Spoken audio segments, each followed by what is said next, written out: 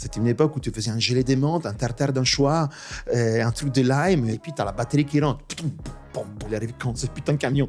Ça, c'est le plat Gruffet 2005 qui c'est le retour d'un promenade. Il n'y a rien qui allait dans cette histoire. Non, il n'y a rien qui allait. Chaque carrière fait de bons choix, de sacrifices, mais aussi de chance. Ma chance, c'était que j'ai commencé tard. J'ai eu un groupe de musique et on a fait des concerts. J'ai voyagé, j'ai appris des langues, j'ai lu des bouquins. C'est quelque chose qui aujourd'hui m'aide. Je sais que j'ai rien loupé. Merci d'être là. Hein. Merci à toi. Hyper content. Depuis le temps qu'on me demande un épisode. Sigle Passerini, le voilà. On va remonter le fil. On va raconter l'histoire, évidemment, parce que c'est le propos de ce podcast. Mais j'aime bien, avant de démarrer et de reprendre les choses aux origines, parler du temps présent. Comment ça va aujourd'hui dans l'exercice du métier au quotidien? C'est quoi le mood du moment en tant que chef Alors, on vit des temps un peu particuliers. On sait que... moi, j'utilise toujours une métaphore. Vu que l'activité, plus ou moins, se défend bien malgré les temps, parfois, j'imagine des gens danser au bord de la falaise. Ah ouais. Parce qu'on ne sait pas, les mondes est un peu... Voilà, quand on ouvre un journal... Mais ça danse quand même. Mais ça danse quand même. Et ça fait plaisir. Ça veut dire peut-être que le travail qu'on a fait... a été bien parce que les gens, ils viennent, malgré tout, ils viennent quand même se ressourcer un peu. On voit une baisse, on voit une difficulté des gens, on voit une difficulté dans le métier, mais je pense que les derniers 10 ans à Paris ont été des années qui nous ont un peu mis à l'épreuve comme restaurateur. Et donc, on a appris à faire un peu avec. Et du coup, la routine... est à peu près la même. Ça n'a pas changé la façon dans laquelle on fait notre travail. Mais il y a une attention différente. Il y a peut-être encore plus d'attention sur l'accueil, sur le fait que la cuisine doit avoir ce côté un peu festif, un peu... Il faut les soigner encore plus. Il y a un truc qui est paradoxal, enfin, en tout cas, il y a un vrai contraste, je trouve, là, et c'est ce qu'on se dit là peut-être aussi un peu, c'est que j'ai l'impression qu'il y a un niveau d'exigence, il y a un peu de challenge aussi, forcément, il y a le contexte économique, il y a une exigence du public, il y a une concurrence qui est rude, il y a un climat où, de fait, comme il y a moins de clients, il faut encore moins se louper. Donc j'ai l'impression qu'il y a dans la restauration une espèce de contraste entre un climat plus exigeant qu'il n'a pu l'être par le passé, et de fait, toujours cette obligation d'être dans une générosité, une grande hospitalité, Voilà, il faut presque être encore plus souriant qu'avant, alors que c'est plus dur qu'avant, quoi. Oui, sans parler de l'hétérogénéité du public. Parce qu'en fait, il y a certaines adresses qui ont toujours eu leur identité, genre la nôtre, l'envie d'avoir un endroit comme une cantine où on a envie de revenir, on a envie d'être client habituel, où on a envie de cet échange. Et il y a beaucoup d'endroits qui sont plus, si tu veux, je dirais pas impersonnels, mais qui sont plus cool, où les gens ils vont pour se faire voir, parce qu'ils ont cette image. Après, on parle souvent d'endroits qualitatifs, mais je pense qu'il y a des endroits où en fait, les gens ont envie de se faire voir. Et du coup, des concepts qui sont pensés. Pour tous ces endroits-là, finalement, cette exigence. L'exigence est autre. L'exigence est encore... On ne parle pas que de cuisine, là.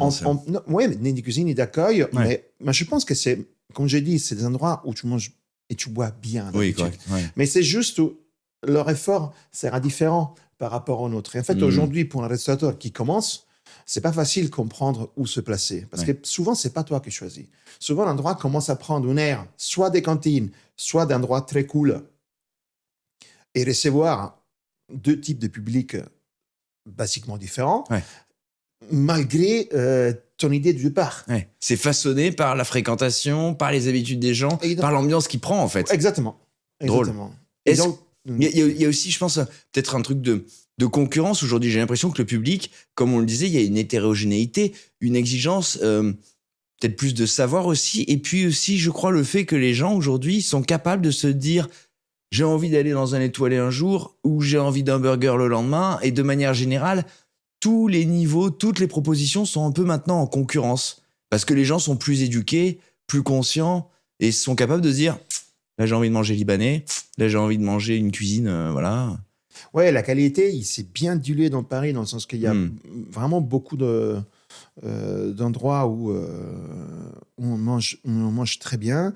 On sent plus. Il y a eu, tu te rappelles cette époque de la bistronomie, tu as l'impression qu'il y avait des bons restaurants qui ouvraient partout. Et certains avaient beaucoup d'ambition, beaucoup de, comment dire, de parti pris, d'engagement.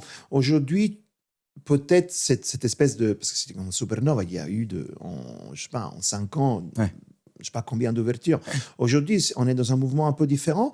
Par contre, à l'époque, bien manger, c'était moins dilué. J'utilisais cette expression parce qu'en fait, c'était tout concentré dans un nombre d'endroits qui semble être important, mais après, rapporté à la taille de la ville, au nombre des habitants.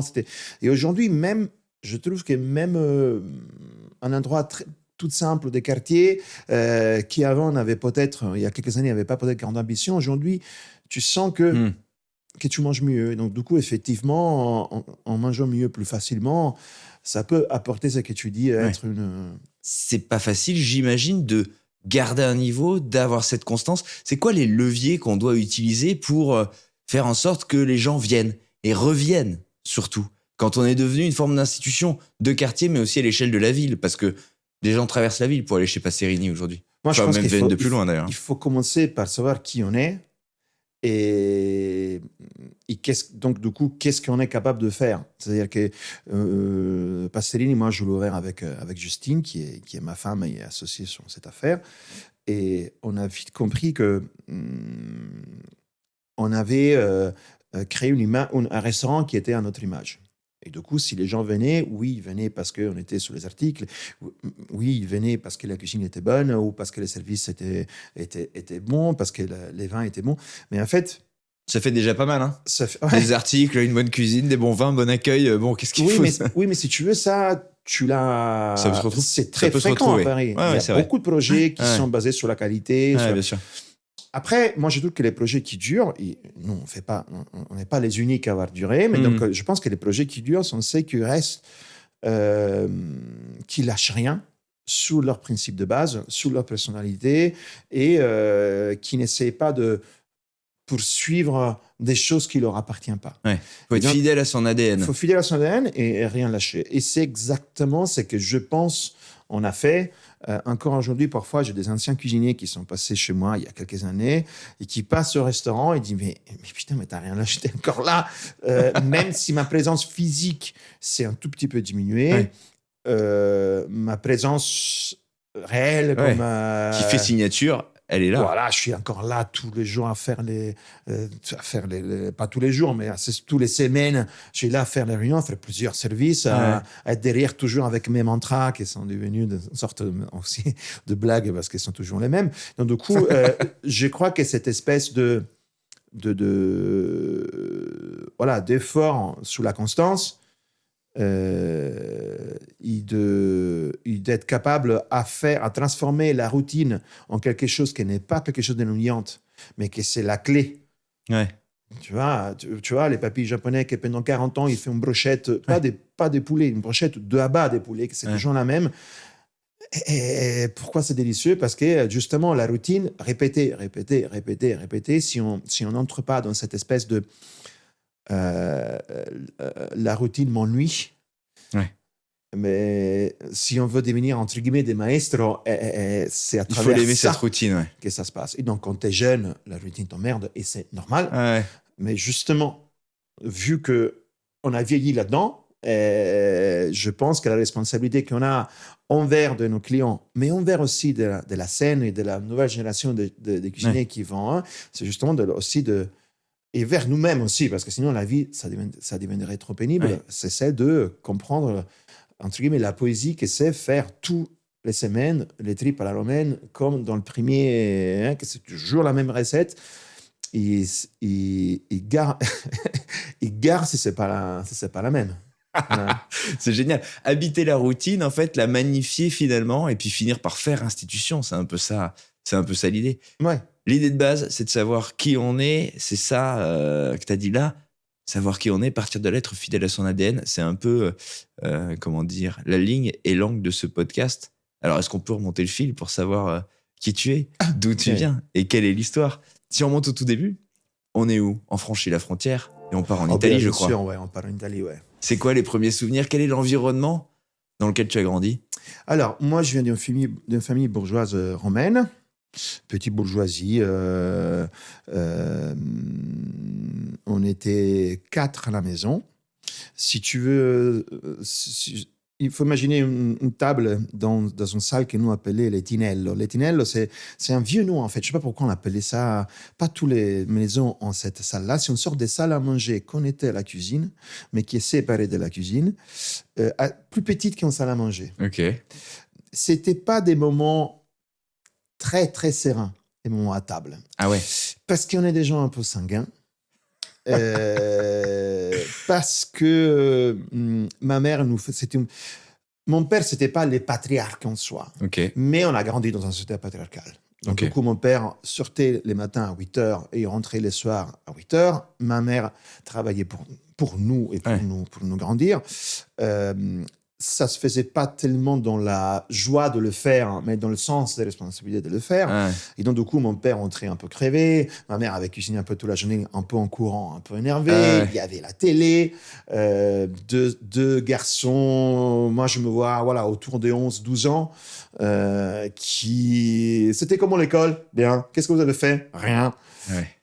Ok. Donc, c'est pas l'image On sent conviviale. une petite tension autour de la table. Oui, ou voilà, c'est pas forcément, c'était pas tout le temps le cas, Ouais. mais la télé allumée, Ouais. donc plein de bonnes choses sur la table parce que ma mère, il travaillait comme une dingue pour me faire manger bien comme il faut, mais pas exactement l'image du convivial Ouais, et de la famille, Ouais. comme on peut l'imaginer dans un cliché d'un Ouais. chef italien Ouais. qui raconte son enfance. Il y a une énergie, mais il y a une forme de petite tension. Voilà, il y a cette Ben télé oui. qui est forte. Ok, ça marche. Et du coup, après, on va venir. Ma passion pour ce métier, il n'est pas né en accord des expériences vécues en enfance. Il est venu en contraste Ah oui, ok. avec ça. Parce qu'en fait, moi, je me mets dans les pieds de ma mère et je comprends. Une fois que tu as couru. Nous, on sortait à l'école tôt. Quand on était jeune, quand on était enfant. On sortait à 12h30, à 13h30. Donc, parfois, pas à la même heure. Ma mère vient chercher l'un, puis vient chercher l'autre, puis va préparer à manger. Et puis, il m'accompagne au foot. Et puis, il accompagne à cours de guitare. Et puis, machin. Et puis, il rentre. Et préparer le dîner. Et donc, du coup, il avait absolument aucune envie, et je la comprends, d'inviter des gens. Ouais. La nourriture, pour elle, c'était son métier. Nous... moi, je suis très passionné de mon métier, mais la plupart des gens, et même mon métier que j'aime, parfois, les week-ends, je ne veux pas le savoir. Ouais. Après, c'est pas vraiment, pour moi, ce n'est pas vraiment le cas, parce que même le week-end, je cuisine. Mais bon, je ne veux pas penser à mon métier. Et en fait, elle allait dormir et se l'amener jusqu'au bout, son métier. Tout elle avait les mains, tout elle avait les dents. Et donc, cette idée de recevoir, c'était trop. elle a repoussé. Donc, il n'y avait pas autour de la table, il y avait vous et on mangeait parce qu'il fallait manger. Parce qu'il fallait manger, il y avait des bonnes choses à table, parce que le travail d'une bonne mère, c'est de faire à manger. Et mon frère ne mangeait rien, donc lui, il avait un truc. Moi, je mangeais tout et j'avais un truc. Et mon père, il fallait le gâter un peu, il avait des trucs spéciaux.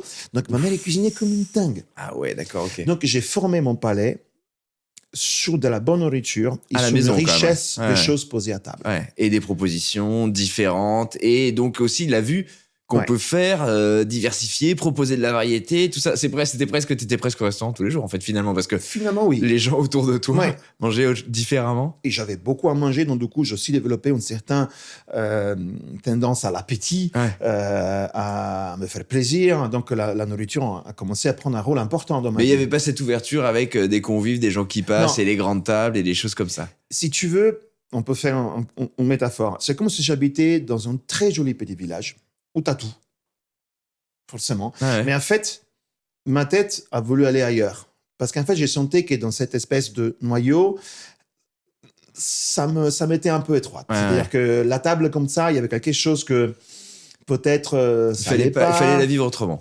Et voilà. Et je me souviens, il y a eu un moment où pour moi, ça a un peu changé.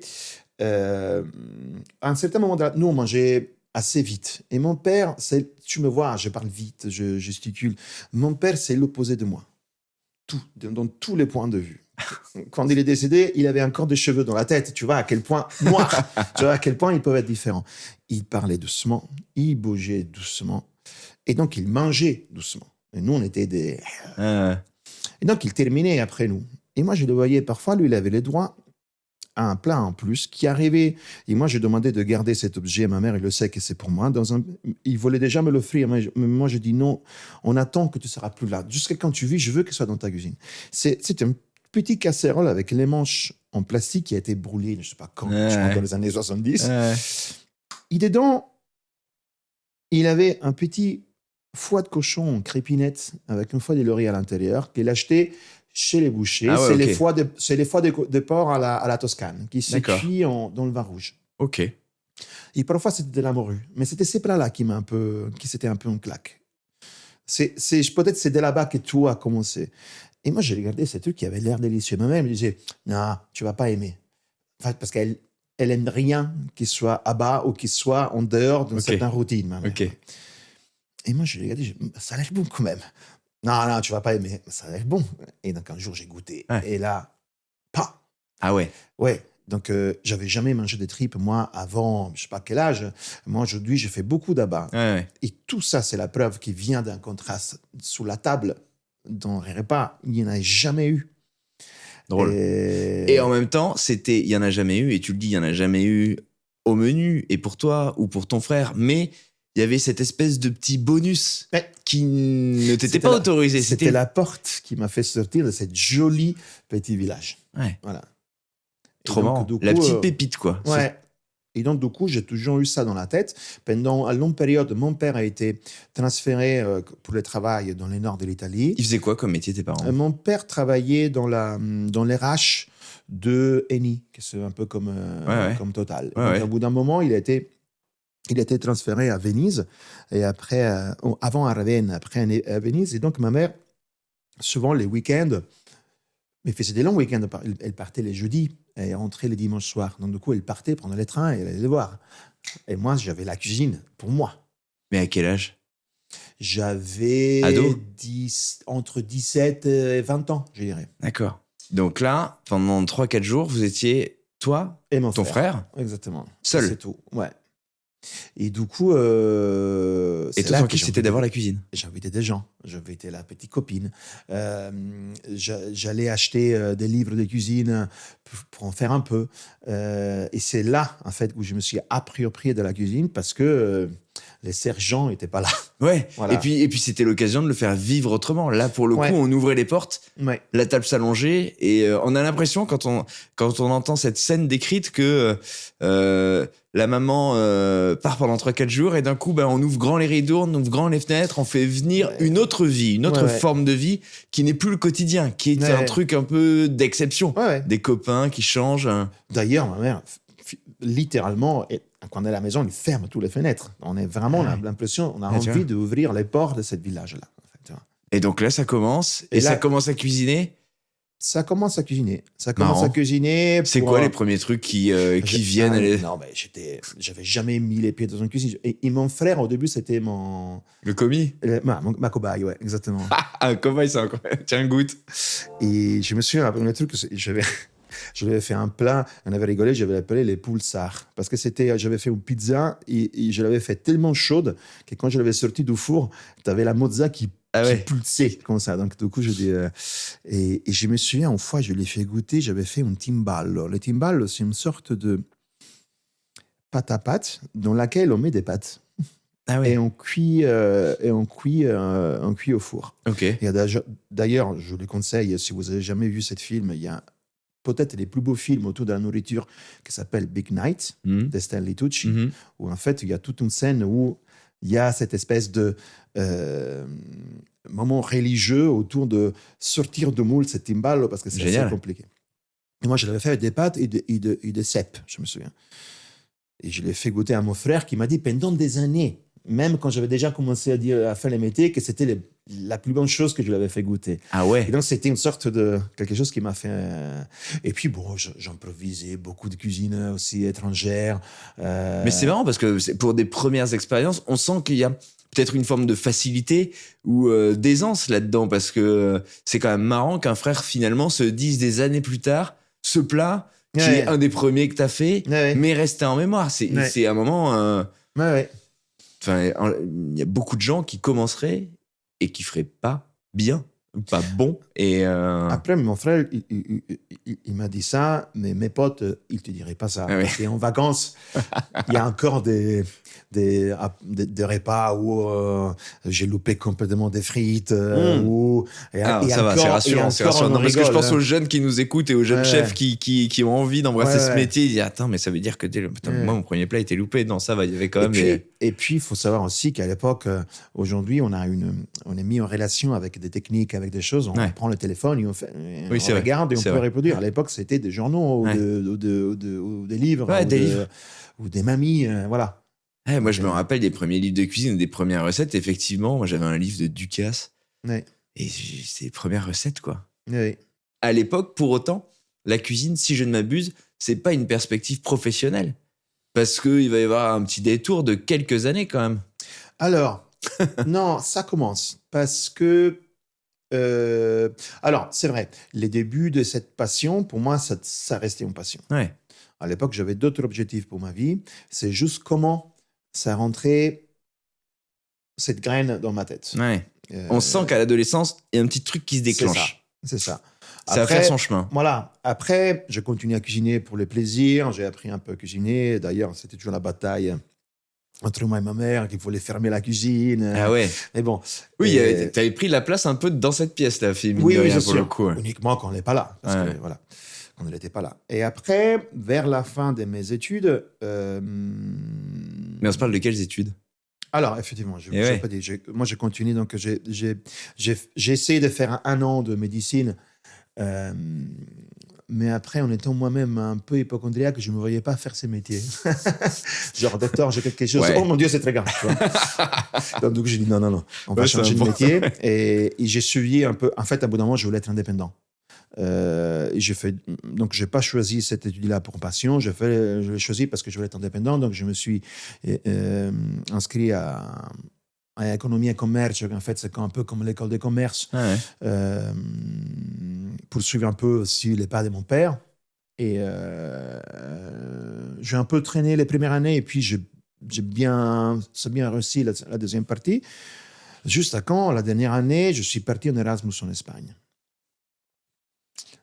En Erasmus en Espagne, j'ai vu à travers la fenêtre de ce petit village où en fait, je me suis rendu compte que j'ai croisé des gens qui faisaient des chemins autres, qui malgré leur étude, ils avaient des ambitions de faire autre chose, pas d'aller travailler forcément... Ouverture d'esprit. Tiens, je peux faire autre chose de ma vie que... Ouais. Et puis, il faut quand même... Moi, j'accorde à cette période-là, c'était les 2001. Moi, mes potes, et j'ai l'impression aussi, les mondes, en 2001, il y a eu un petit 68, au moins pour notre génération. Nous. Il y a eu le Geneva Social Forum avec toute cette manifestation très forte réprimée par la police de façon très brutale, où on mettait en discussion le développement, la globalisation, un certain moyen de vivre les mondes. On parlait déjà de redistribution de la richesse. C'était, on avait il y avait un peu une envie de rupture. Voilà, et donc du coup, pour moi et mes potes, venant d'un monde petit bourgeois, si tu veux, un sens de culpabilité, de se dire, mais c'est possible qu'on doit forcément suivre le chemin. Et donc, du coup, comme petite contestation pendant cette période-là, où en fait, il faut se rappeler que c'était la pleine nouvelle vague espagnole, où en fait, cette usine... Il s'était un peu libéré de certaines manières. Il allait chercher des effets, feux d'artifice. Là, c'est la grande époque d'El Bulli qui est au sommet à ce moment-là. Voilà. Et d'ailleurs, ce qui est intéressant avec El Bulli, dans les années 2000, c'est que c'est la première fois où pour le public, finalement, on commence à entendre meilleur restaurant du monde. Avant, il n'y avait pas vraiment ce truc. On disait la Tour d'Argent, c'est le meilleur restaurant du monde. Mais là, il commençait à y avoir des classements. Et en fait, il est arrivé à cette époque-là parce que je pense que peut-être la gastronomie mondiale vivait un moment de stagnation, voilà. Et cette punch qui a eu cette arrivée. Et puis, bon, moi, à l'époque, l'Espagne, pour nous, de notre génération, en Italie, après l'Erasmus en Espagne, c'était une nouvelle vision. Donc, du coup, j'ai connu un ami là-bas avec lequel on avait le rêve d'ouvrir un restaurant ensemble. D'ailleurs, lui, il est parti travailler au Bulli, mais pas en cuisine, plutôt dans l'organisation et plutôt dans l'administration. Et moi, je suis revenu à Rome et j'ai terminé mes études. En fait, en Italie, tu fais une thèse à la fin des études. Système bancaire. Voilà, j'ai terminé. Italie exactement. versus Espagne. Ah, c'est tout. Ok, Ouais. c'est tout. Voilà. Donc j'ai terminé. Non, mais mes c'est marrant examens. parce que voilà, c'est quand même un chef qui a fait une thèse sur un comparatif entre, si je me trompe, sauf si je me trompe, mais entre les systèmes bancaires italiens et Ouais. espagnols, il y a une idée de comparatif déjà. Ouais, sauf qu'à bout d'un moment, je ne trouvais pas les données, j'en avais marre, j'ai tout inventé et personne s'en aperçu. Parce que je voulais terminer. Voilà. Et je savais que les profs en premier, ils n'avaient rien à faire. Et donc, du coup, à bout d'un moment, j'ai dit, écoute, drôle. En plus, Ça, ce serait plus la possible thèse aujourd'hui. avec mon ex-belle-mère. C'était ma prof de thèse. Donc, voilà. Il n'y a rien qui allait dans cette histoire. Non, il n'y a rien qui allait. Donc, du coup, j'ai terminé les études. Et là, c'était les coups de chance que j'ai eus. Parce que je ne me voyais pas. Je cherchais le courage pour annoncer à mes parents et pour trouver une façon de m'échapper de quelque chose qui ne m'intéressait pas. Sur lequel j'ai aucun jugement. Je ne veux pas y aller travailler dans une banque. Je ne vais pas y aller travailler dans une assurance. Je ne me sens pas capable en plus. Et parce que ce que j'étudiais, ça ne m'intéressait pas complètement. Et là, à l'époque, les services militaires étaient encore obligatoires. Je les repoussais tous les ans pour des raisons d'études. Mais ils avaient une date limite pour m'appeler. Cette date de passe. Et là, je prends le courage à deux mains. J'avais une petite copine en Allemagne, à Cologne. J'ai dit, écoute, si tu me trouves un stage dans un restaurant, je te rejoins et j'essaye cette... au pire, j'aurais appris une langue. Tu vois. Et en fait, c'est exactement ce qui s'est passé. Il s'est de là-bas. Après, bon, il y a eu le deuxième pas, en fait, c'est de commencer la carrière. Et ça a été une révélation. C'était un peu... Mes parents, ils ne sont pas trop crus au début. Mais après, ils ont vu que je travaillais comme un dingue. Ils ne s'attendaient pas, parce que j'étais un peu flemmard, moi, comme étudiant. Je faisais les minimums suffisants. Parce que tu n'étais pas à l'endroit qui te... Oui. Mais alors on quitte l'Italie, on part en Allemagne avec l'idée de démarrer une vie, un pressentiment que la cuisine est une belle option, une belle perspective. C'est quoi elle est où la révélation? Qu'est-ce qui fait que quand on met un pied en cuisine et qu'on démarre ainsi, qu'on découvre une réalité? Oui. Parce que celle-là, tu la connais pas professionnelle à ce moment-là encore. Qu'est-ce qui fait que ça match? Qu'est-ce qui te plaît à ce moment-là? Alors, moi, j'ai commencé à travailler dans un restaurant à Cologne extraordinaire. Il n'existe plus celle-là, mais c'était 4 tables. Une étoile au Michelin. Dedans, il y avait un cuisinier allemand qui avait travaillé en France, qui faisait une cuisine assez française. J'étais son premier stagiaire. C'est la première fois qu'il y avait quelqu'un frappé à sa porte pour lui dire « Est-ce que je peux travailler gratuitement pour toi ?» Donc, du coup, j'étais un peu son fiston, quoi. 4 tables. 4 tables. Donc, du coup, j'ai eu, pendant le début de ma carrière, cette chance d'apprendre les bases de la cuisine française, à l'étranger, certes, mais je suis quelqu'un qui était assez intransigeant, sur un mini-resto. Donc, du coup, avec tout le calme possible. D'ailleurs, mon premier travail, c'était désosser une caille. Évidemment, je suis coupé les premiers jours. Je me suis coupé le deuxième jour. Et je me suis coupé le troisième jour.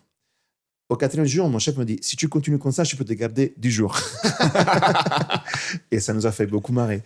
Et puis, bon, cet même restaurant a ouvert une brasserie pas loin du restaurant. Et donc, ils m'ont envoyé là-bas. Et là, c'était des autre services... volume. Autre volume, Et donc, du coup, c'était une expérience un peu complète. Qu'est-ce qui a été vibrant? Qu'est-ce qui a fait que tu t'es dit, tiens, mais cet endroit, mais surtout ce métier, cette ambiance, c'est pas désosser une caille qui a été une révélation, ou alors peut-être que si, mais c'est quoi qui a plu à ce moment-là et qui a fait que cette intuition est devenue une vraie certitude pour la suite? C'est une question de... Je sais pas, la cuisine comme atelier, comme espace de travail... il me semble un endroit... Pourquoi pour la réflexion? Captivant. Non, mais quand alors, déjà, il y avait une chose particulière. Dans cet restaurant, il avait une odeur incroyable. Parce que c'était une ancienne boutique de fleurs avec de la boiserie très ancienne, un parquet très ancien qui dégageait une odeur de bois très particulier. Et puis, il y avait toujours... Le chef, il était assez... il avait une fixation sur les fonds de cuisson. Il y avait toujours cette petit fond qui mijotait. La cuisine était derrière cette verrière. Donc, du coup, tu avais c'était un tableau, tes sens, ils étaient assez Sollicité, quoi, dès que tu poussais la porte. les silences du service. Et puis, j'avais cette espèce d'habitude de jeter des pétales de rose à l'extérieur de là. C'était un micro-resto, tout boisé, comme ça. Donc, du coup, c'était assez impressionnant. Ouais. Et les relations humaines que j'ai eues quand je suis allé dans la brasserie à côté, ce service un peu plus chaotique, Ouais. cette Kölsch, que c'est la bière qu'on partage à fin de service, je sais pas, il y avait quelque chose, une évidence, une simplicité aussi de l'humain euh,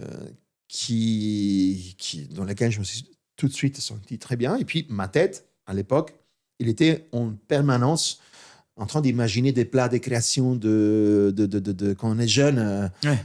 Et Oui, donc, enfin du coup, bon, quand on est jeune et qu'on découvre, ouais. parfois on n'est pas en train de réfléchir à ce qu'on pourrait faire. On est déjà en train de se dire, bon, je vais apprendre à tourner un artichaut, ce sera déjà pas mal. Je vais essayer de faire ce qu'on me demande, ce sera Alors moi, déjà pas j'étais mal. déjà en train de croquer Et ouais. deux étapes avant. J'ai commencé à 26 ans. Hein. J'avais 26 ans quand Ouais. je suis allé parce que j'ai terminé les études avec 1 an et demi de retard. En grugeant la thèse. Oui, c'était le moment. Hein. Voilà.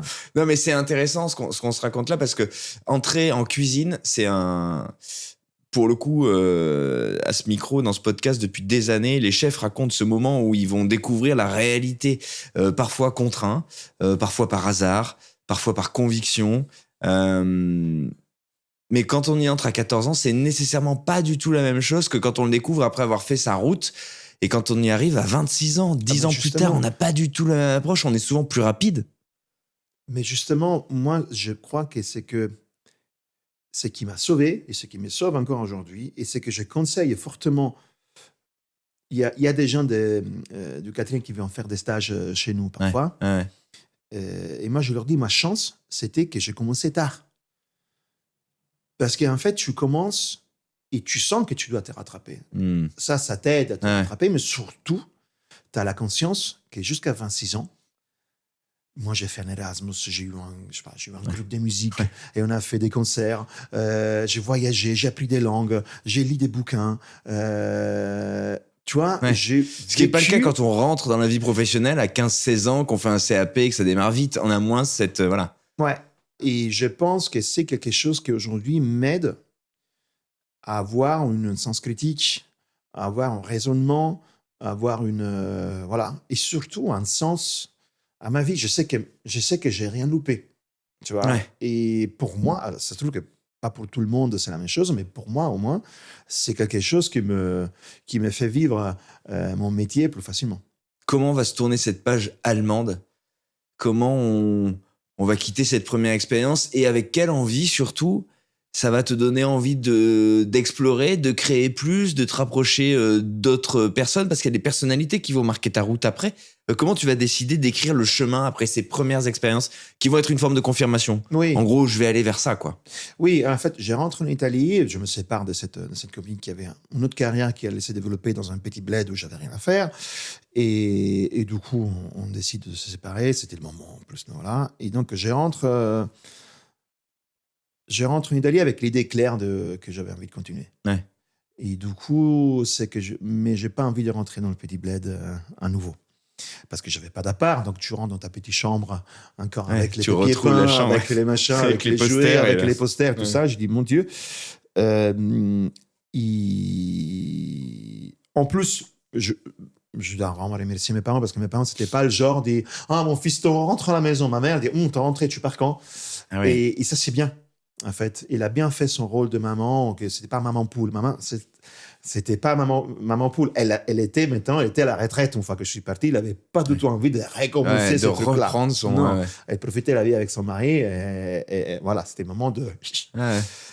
Et du coup, moi, je me souviens, j'ai envoyé des CV partout en Europe. J'ai fait ça. Oui. Je cherchais sur des magazines, voilà. Je répète, je pense qu'à l'époque, il y avait les débuts de Facebook, mais tout ça, tu faisais sur des... T'allais dans le kiosque et t'achetais des magazines. Ouais. Voilà. Et puis, dès où j'ai une réponse? De Madrid, à nouveau. La ville où, pour moi, tout a vraiment commencé. Et donc, du coup, je dis, moi, malheureusement, je me rappelais que de Madrid, j'étais ravi. Et donc, je rentre à Madrid à nouveau. Madrid, à l'époque, c'était, on peut le dire, c'était une succursale, on dit ça en français, Ouais, ouais, ouais. voilà, de De Barcelone. Barcelone. Voilà. Ouais, tout le monde allait à Barcelone. Et puis, C'était les là grands qu'il y avait chefs la de fête. Barcelone avaient une succursale à Madrid, Ouais, c'est ça. où s'inspirait complètement du travail de Barcelone. Ouais, ouais. Voilà. J'arrive à Madrid, et à nouveau, ce qui arrive à Madrid, qui est une ville absolument incroyable, et je vous souhaite d'y aller, passer un moment. Il faut aller à Madrid. Ah non, mais c'est la ville. Ouais. Voilà. Ouais. T'arrives et tout est facile. Au bout de 3 jours, j'ai un joli appartement. Je retrouve en partie des potes espagnols que j'avais là-bas. Génial. Et la vie est belle d'emblée. Et je rentre à travailler dans cet restaurant qui avait soit une exaspération de technicité, parfois, de laquelle j'ai commencé déjà à avoir des limites. Genre, pourquoi passer de la viande de bœuf au Paco-Jet pour faire un steak tartare glacé? Je ne voyais pas trop l'intérêt. Mais parfois, il y avait aussi cette rusticité qui est difficile à enlever aux Espagnols, un peu comme aux Italiens. Hyper important. Et cette espèce ça rendait quand même un restaurant intéressant sous plusieurs...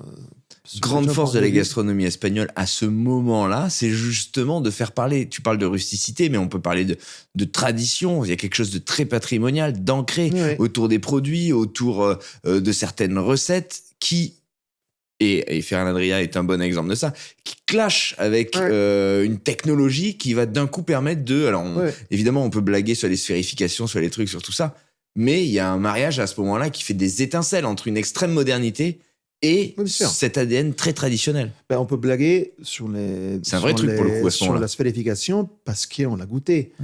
Et aujourd'hui, on sait que c'est un outil de travail. Et moi, en fait, vous voyez, aujourd'hui, si vous voyez ma cuisine, vous ne retrouvez pas ces genres de techniques. Mais on ne sait jamais. Un siphon, ça n'existait pas. Et aujourd'hui, c'est devenu un objet de... Je n'ai pas eu la nécessité de faire une sphérification, mais ça se trouve que parfois, dans un certain truc très précis, on aura besoin de résoudre un problème et on sait qu'on a cette flèche à Mais notre ça a part. été un temps de l'histoire de la cuisine, technique, ça a apporté un truc. Mais en Espagne, il y a eu ce truc, ce contraste entre une forte tradition et une extrême modernité. Et puis, je pense que grâce à Madrid, je continuais mon parcours de croissance personnelle. Professionnelle un peu, mais personnelle surtout. Je continuais à prendre un peu de sécurité moi-même, à être content d'être là, avoir une positivité, des énergies qui m'ont permis en fait de continuer. Après, dans cet restaurant, j'ai eu un peu marre parce qu'il y avait des dynamiques d'équipe qui me plaisaient pas trop. Donc du coup, je suis allé vivre travailler dans un autre tout petit restaurant où on était 2, avec un chef qui avait très belle tête, une très jolie tête. Mais on ne travaillait pas beaucoup.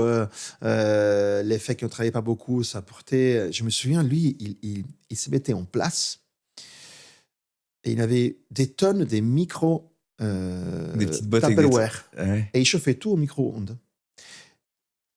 Mais c'est pas bête du tout, en fait, si tu le penses. Parce mais que pourquoi parfois, au dernier moment, c'est pour le dressage, il y avait ces petits trucs et... Mais oui, mais en fait, tu vois, quand tu chauffes dans une casserole, nous, on a beaucoup de... Moi, j'ai pas de micro-ondes au restaurant parce que j'étais formaté bêtement à cette espèce de... Mais chauffer, on pourrait, au micro-ondes, tu fais beaucoup moins de gaspillage, ça brûle pas, ça sèche pas, ça fait pas de... Et lui, il se mettait méga en place avec ça. Après, il y avait la partie chaude, évidemment.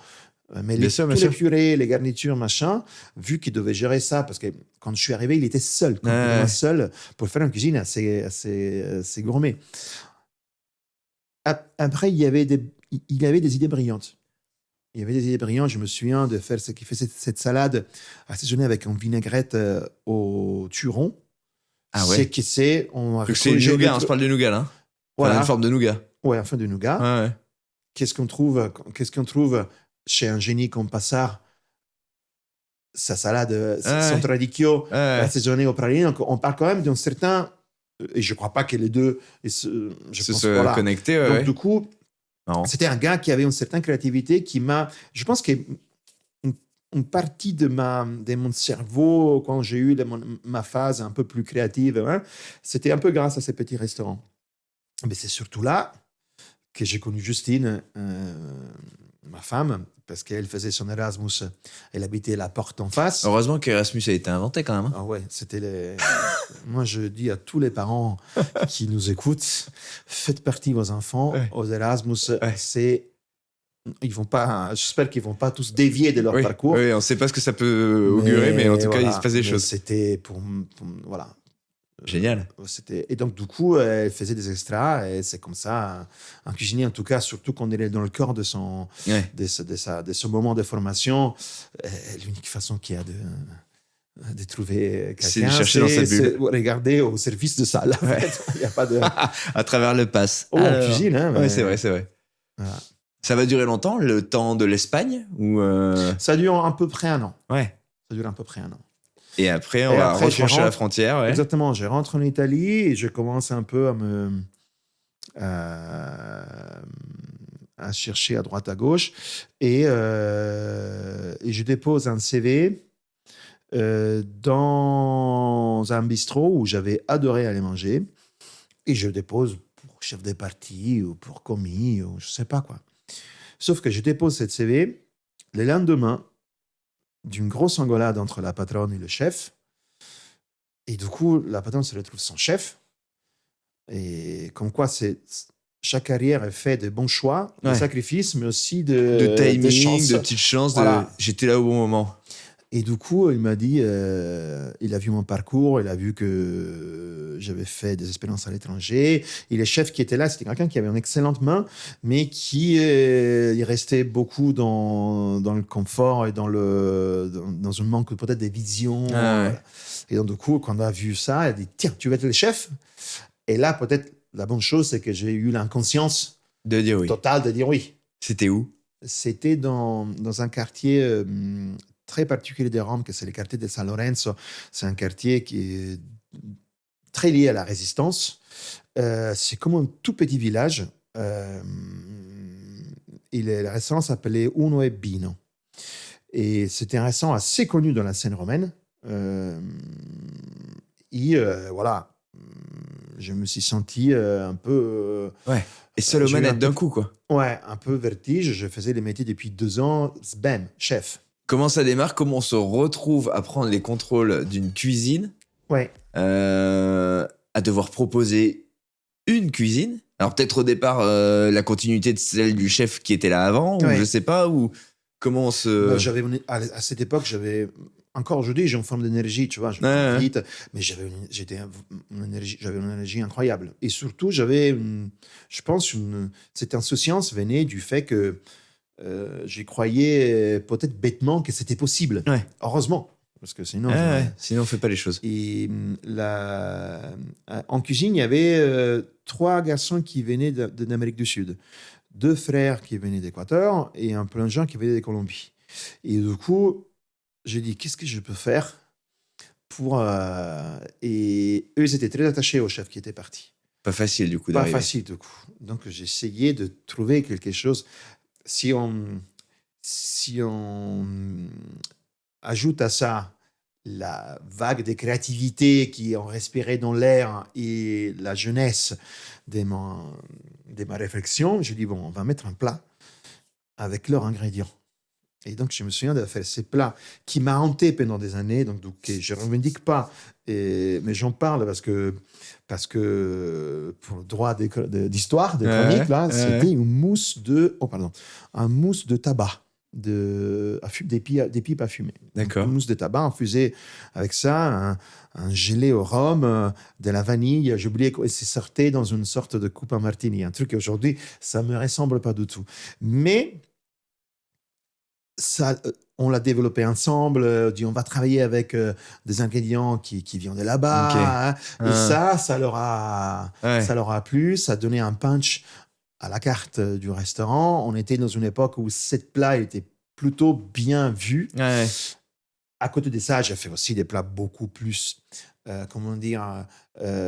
similaires à la ligne que j'ai aujourd'hui, mais toujours avec cette petite aussi, on a envie de faire des petits punchs, même si j'ai compris vite que mon talent, c'était plutôt vers un autre type d'écriture. Mais c'est Ouais. comme ça que j'ai fait Marrant. voilà. Non, mais c'est marrant dans l'idée d'unir son équipe finalement autour de référents communs, autour de l'idée d'embarquer aussi tout le monde dans une espèce de... C'était très malin finalement. Je me sentais pas trop légitime. En fait, j'arrive, je remplace les chefs, j'ai 2 ans d'expérience. Les petites Romains bien polis qui arrivent et qui veulent apprendre les métiers. Et en plus, moi, j'avais tellement d'énergie que j'avais envie de les embarquer avec moi.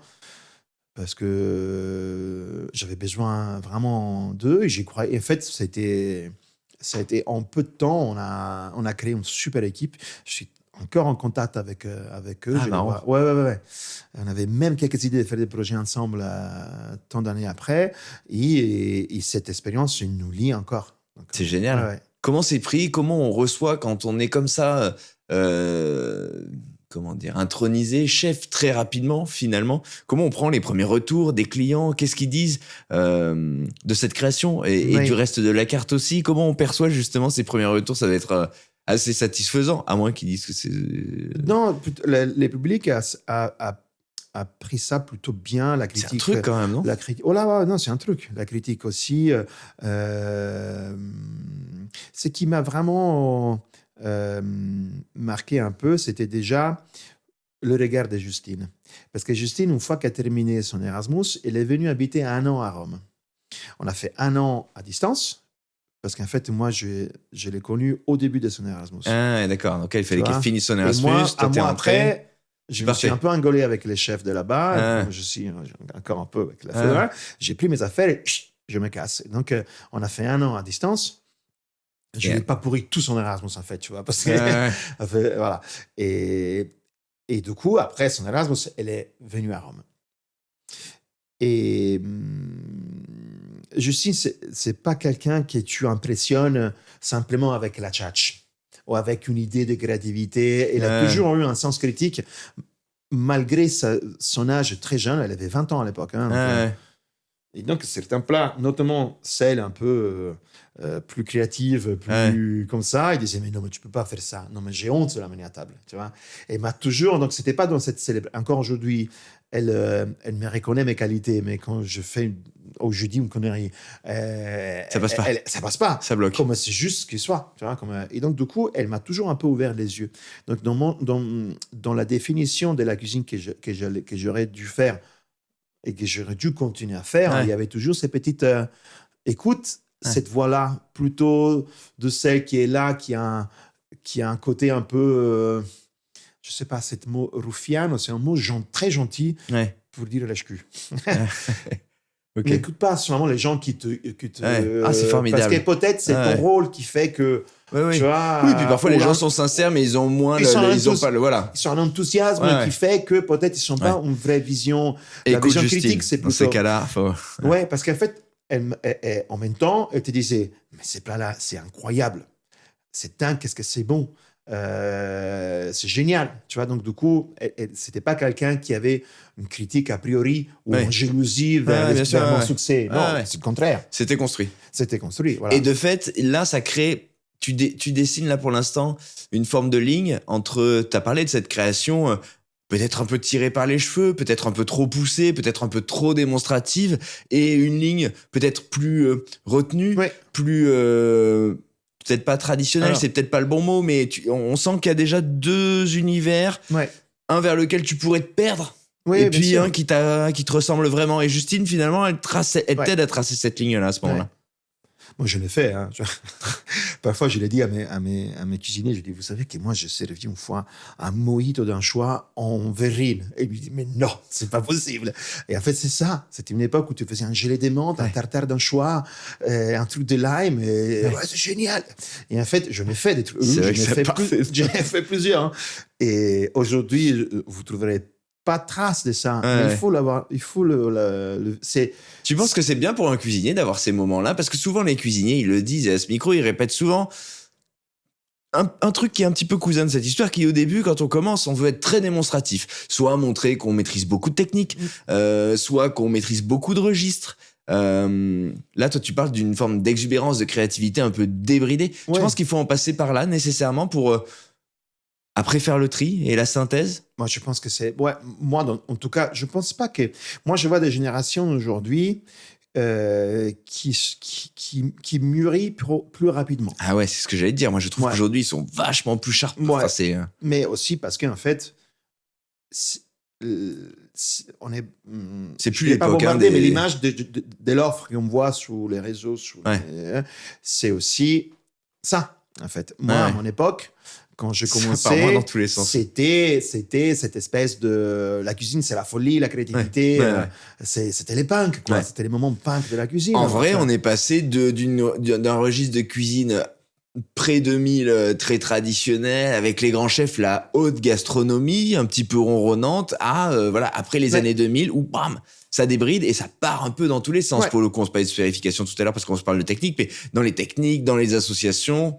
C'est ça, c'est l'autre moment. En fait, parce que cette expérience à Rome termine parce que je sens un moment de fatigue, un manque d'enthousiasme. Et Ouais, puis Rome, j'arrivais plus, quoi. fallait passer à autre chose. Berlusconi venait de gagner les élections Ouais, à nouveau. Je pouvais pas rester dans un pays comme ça. Je ouais, pouvais pas. C'était un moment où moi et Rome, c'est une longue histoire d'amour. Je dirais pas haine, mais amour, répulsion, attraction, ouais, répulsion. ouais, Justine ne pouvait pas à Rome.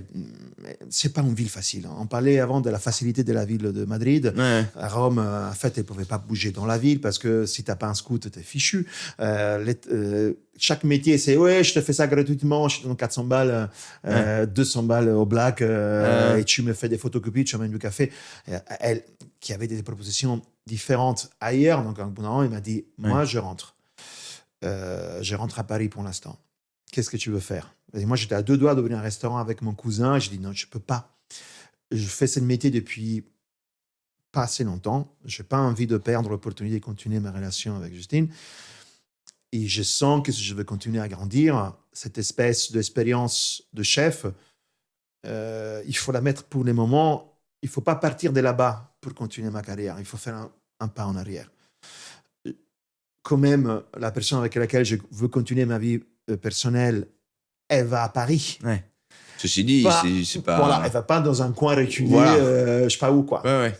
Donc, du coup, j'ai dit, bon, je pense que la vie, là, me donne une autre Ouais. Petit opportunité. signal, peut-être que... Qu'est-ce que j'aime, moi, arriver à me faire une vie à l'étranger. En plus, j'adorais ça, tu Ouais, vois. Tu vois qui c'est Andrea Petrini? ouais. Andrea Petrini avait publié pour une revue, un magazine, encore des magazines, parce que, voilà, c'était en fait une série d'articles qui parlaient de cette nouvelle génération de jeunes chefs. Hmm. Et je regarde, et je commence à lire ça. Ils sont sortis sur plusieurs, je pense, sur 2 ou 3 numéros. Moi, Andreas je a l'ai été un observateur très important, très reconnu, fondamental. Ouais, pour le coup. ouais, Slow ouais. food, on se parle de slow food, on se parle de... En fait, ça apportait un regard à l'étranger. Parce que les Gamber Rosso, moi, j'étais collé devant, c'était un télé privé, Ouais. et moi, je restais collé là-devant c'était mon Instagram cuisine. Ouais. Moi, je scrollais en regardant. Ouais. Et du coup, je vais arracher les pages, on conservait Ouais. et je commence à voir. Les premières fois que j'ai lu, il y a eu 2 personnes qui m'ont vraiment marqué. Iñaki Espitarte et surtout cette Suédois discipliné. Il avait un très beau article sur Peter Nilsson. Aujourd'hui, on ne sait plus trop qui est Peter Nilsson, mais c'était quelqu'un qui a laissé, je vous assure, une trace très forte. Et puis, il parlait de Passard. Et puis, bon, il faut que j'aille à Paris. Et du coup, j'arrive à obtenir un stage. Là, on est quoi, dans les années on 2000, est en 2010 non, 2006. 2006. 2005, Ouais. 2006. Ouais, je vois très bien. Et je laisse. J'écris à Passard, j'écris à Peter, et je veux absolument rencontrer Iñaki, que j'avais loupé parce que j'étais mangé à la famille, que c'est le restaurant. Ouais. Je pense que c'est la semaine après qu'il était parti. Donc, du coup, je l'ai loupé. Je suis pris à un stage chez Passard. Donc, je quitte les postes à Rome. Et genre, je devais arriver, je me souviens plus quelle période c'était. Oui, c'était, je devais commencer vers novembre, octobre-novembre, chez Passard. Et du coup, Justine, une fois, elle va manger au Chateaubriand qui venait d'ouvrir et lui demande si je pouvais faire un stage là-bas. Et Iñaki lui dit, je cherche un chef de partie pendant 1 mois et demi. Il vient de voir le Chateaubriand. Donc la famille, c'était le restaurant Voilà. qu'ils avaient avant, cette bande de C'était potes qui ouais. va mettre la main, qui descend de Montmartre et qui va mettre la main sur le C'est Chateaubriand, ça. avenue Parmentier, qui va devenir un temple qui vient de fermer d'ailleurs. Pour moi, les châteaux, c'était un Big Bang, comparable à un Big Bang. Et on va y venir, en fait. Et donc, du coup, j'arrive à Paris et d'emblée, je pose mes valises et je vais au Chateaubriand. Je vais laisser mon poste de chef et je rentre au Chateaubriand comme commis. Je parlais pas français. J'imaginais la cuisine française avec des tocs. Ouais. Et là, en fait, je découvre autre chose. Tu arrives au cœur du réacteur de la révolution de la cuisine contemporaine à ce moment-là en France. Ouais, et C'est là que ça se passe. J'en avais un peu conscience, mais pas à tel point. Ouais. Du coup, et j'avais mangé au château parce que déjà, j'ai fait des allers-retours avec Paris. Donc, j'avais déjà eu l'opportunité de manger. L'ambiance, les services, tout le monde hyper cool. En cuisine, il y avait... Moi, je me souviendrai toujours de ce morceau que c'est Caméléon d'Herbie Hancock. C'est un morceau qui fait pom pom pom pom pom pom pom pom pom pom pom pom et puis tu as la batterie qui rentre. Pom, pom. Et en fait, tu peux pas t'empêcher de danser, mais les volumes. En fait, la musique en salle était diffusée de la cuisine.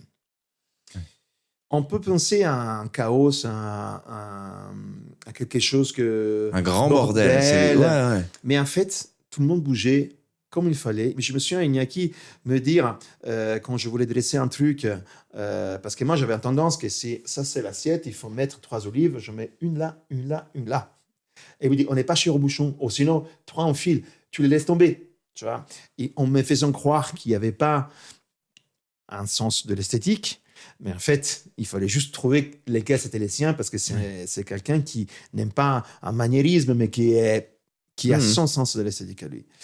J'avoue, j'ai eu du mal parce que ça m'a un peu bouleversé, quoi. Mais il y a un truc que les gens doivent se rendre compte de ce que tu décris là. À l'époque, aujourd'hui, ça peut paraître banal de voir un serveur poser une fesse sur une table pour prendre la commande ou s'accroupir. Enfin, pour pareil, d'entendre la musique très fort qui vient de la cuisine, ces dressages qui paraissent un peu foutraques, mais qui sont dans une espèce de. Alors c'est parti. Il y a eu plein de choses où c'était n'importe quoi, et même Iñaki le dit, décrit. Il y a des trucs où ça allait très loin et trop loin en termes de créativité et de cuisine.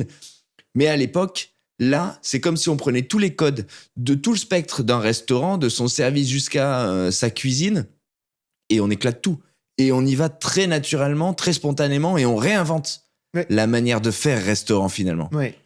Il y a un livre qui dit ça très bien. C'est Le Château, que je conseille à tout le monde, qui a été publié l'an dernier. Très très beau livre qui raconte l'histoire du Chateaubriand par ceux qui l'ont connu. Ouais, mais en fait, les gens, je pense qu'il y a certains qui se rendent compte, mais en fait, c'est le premier endroit où on commence avec, après, on va revenir avec un autre endroit, où en fait, on commence à se libérer de certains excès de technique, certains excès de, je sais pas, mais on est dans un contexte assez simple, hyper spontané, créative, spontanée, et sur base d'un menu imposé. Pas trop cher, on baisse les prix des produits, pas en baissant la qualité, mais en proposant un macro à la place d'un turbo, et en se sentant libre, et en mettant des vins naturels et tout ça. Aujourd'hui, dans tout le monde, mondialement, on sent encore l'expansion, l'onde de cette Big Bang-là. Moi, je dis que les Chateaubriand, ça a été les restaurants les plus importants au monde des derniers 20 dernières années. Ans. Voilà. J'ai donné comme deuxième prénom à mon fils le prénom d'Iñaki. Ok. Et je n'ai jamais mis un pied au Chateaubriand. Après, moi, je te parle du château. Je me sens, je dis pas légitimé parce que j'ai fait 1 mois et demi. Ouais. Moi, je te parle vraiment de... pour moi, l'expérience château, c'est vraiment encore plus client Ouais, c'est ça. avec cette facilité de connaître un peu, tu vois, Oui, mais tu vois la grammaire qui est proposée, il y a ouais. quelque chose qui s'installe, justement. C'est assez incroyable c'est ça. de voir ça. Ouais. Et puis, je quitte donc les châteaux un peu bouleversé, avec l'impression de me trouver, tu vois, à New York, tu vois, pas à Paris, Ouais. pas en Europe. Tu as Ouais. l'impression d'être au milieu. Ici, il y a quelque chose qui est en train de se passer. Mm. Et tu le sens. T'es On peut jeune, avoir la nostalgie un peu de ce t'es jeune, moment-là. Ouais. tu te sens énergique, prêt. Tu sens que tu peux tout donner. Tu te sens, putain, je suis là Où il faut être, là. où il faut être. Ouais. Et c'était à nouveau, peut-être une intuition, une chance, à nouveau, Justine qui me tire vers le juste. Tu vois. Donc, je vais à l'arpège.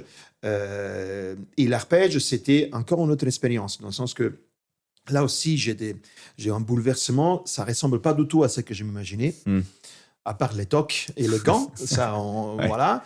Mais je trouve une spontanéité et et voilà, c'est ce que je dis, un manque de cette rigueur que déjà j'ai commencé à trouver parfois un peu stupide, genre c'est comme ça parce que c'est comme ça. Et en fait, à l'arpège, ça arrivait plusieurs fois qu'il était là. Il n'y a pas de mise en place. Tu vois, tu fais de base, c'était là. Il est quelle heure? Il est 9h. Il est 9h30. Il est 10h. Il arrive quand? Ce putain de camion. Tu vois, 10h30, tu as le camion qui arrive. Il commence à débarquer les légumes. Qu'est-ce qu'il y a? Et donc, tu vois tous les cuisiniers qui commencent à courir. Et donc, tu vois pas ça qui va chez Anthony. C'était le sous-chef à l'époque. Regarde Anthony, comme il est beau, ce chou. Il est magnifique. Qu'est-ce qu'on pourrait faire avec? On pourrait faire. Et derrière, tu as les cuisiniers qui regardent et fait qu'est-ce qu'on pourrait faire? Qu'est-ce qu'on pourrait faire? Parce qu'en fait, c'est 1 heure, une heure et demie de service. Ouais. Donc, après, j'avoue, moi, à l'époque, je ne l'ai pas beaucoup vu parce qu'il était très occupé en Asie. Mais je me suis en 2-3 trucs que j'ai vus qui m'ont marqué. Genre, une fois, il était dans la cuisine avec un riz de veau dans la main. Je dis, qu'est-ce qu'on fait? Et en fait, il y avait un bol avec tous les corails des noix de Saint-Jacques? Non, des homards. Ah oui. Il balance les dents, il sort ces trucs bleus, il les met dans le beurre, ça devient tout rouge, comme un truc tandoori, quoi. Et là, tu vois, tu te dis, je suis en train de vivre quelque chose quand même. Je suis en train de voir un maestro. Ou un jour, il m'a demandé de faire des gnocchi. Je n'avais pas compris. Quoi? Il volait des gnocchi, des rutabagas, sans œufs et sans farine. Et moi, demain, j'ai dit... Comment je vais tenir ce truc, faire ça? Je dis, écoutez, chef, je veux voir si je pense qu'en bas, il y a 2 petits marrons, je vais voir. Et comme j'étais stagiaire et parfois, je pouvais un peu gêner le chef de partie, je dis, bon, écoute, je vais en bas, je fais des gnocchis. Et lui, il était ravi. OK. Je vais en bas, je fais des gnocchis et je sèche cette petit marron, je les passe au tamis. Évidemment, en cachette, je mets un peu de farine. Un peu de farine, le moins possible, sinon ça ne tient pas, quoi. Je l'ai fait, je l'ai mis en chambre froide, tac, ça me prend un petit moment, et je rentre en service. Et puis, un bout d'un moment, le service commence, et il passe ça, il me regarde, il me fait, mais les gnocchi, tu les as fait? Et je me dis, oui, amen.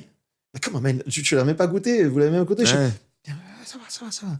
Il regarde, j'étais presque au bout de dire que j'avais mis de la farine, et le chef de partie me dit, tu te tais? Et il prend les gnocchis, il les balance dans l'eau, il les cuit et prend un cornet. Je me souviens, pris un cornet yuzu, je me souviens encore ça. Un cornet yuzu, un peu de jus de butternut, plat, bien. Et tu te dis, mais moi, j'étais habitué à ça, c'est le plat Griffé 2005 qui c'est le retour d'un promenade.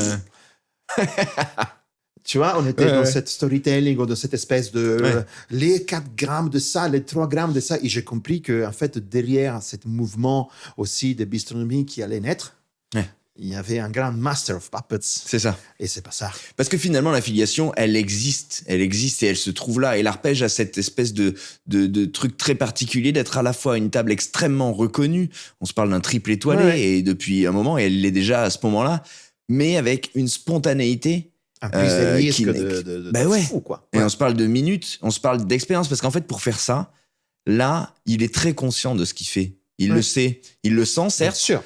Parce qu'il a cette sensibilité-là et il écoute son intuition, mais cette intuition, elle est passée par le filtre de toute son expérience, de toute sa connaissance. Donc c'est une cuisine qui est finalement extrêmement maîtrisée, même si elle paraît sur le coup, ça fait rêver tout le monde de dire qu'est-ce que je... Ouais. En fait, ça passe par le filtre de toute sa Non, bibliothèque. Pas tout le monde peut faire ça. Hein. Non, mais... Parfois, on s'y pense, on aimerait bien. Ouais. Non, mais tout le monde voit le truc, tu vois, tout le monde, cette image, on l'a tous, mais... Et du coup, ça aussi, c'est un bouleversement. Je répète, c'était 2 expériences courtes. Ouais. C'est pas, je lui porte de respect. C'est pas à moi de. Ouais. Je me sens pas à moi totalement légitimé à parler, à bien sûr. vanter d'avoir. Ouais. Mais en fait, moi, j'avais peu de temps. Ouais. Donc du coup, j'avais aussi un mood. J'étais programmé, j'avais switché en. Faut que je... Ouais. Voilà, et du coup, j'ai quitté l'arpège et j'avais déjà visé ce qui allait être le vrai maître de ma vie.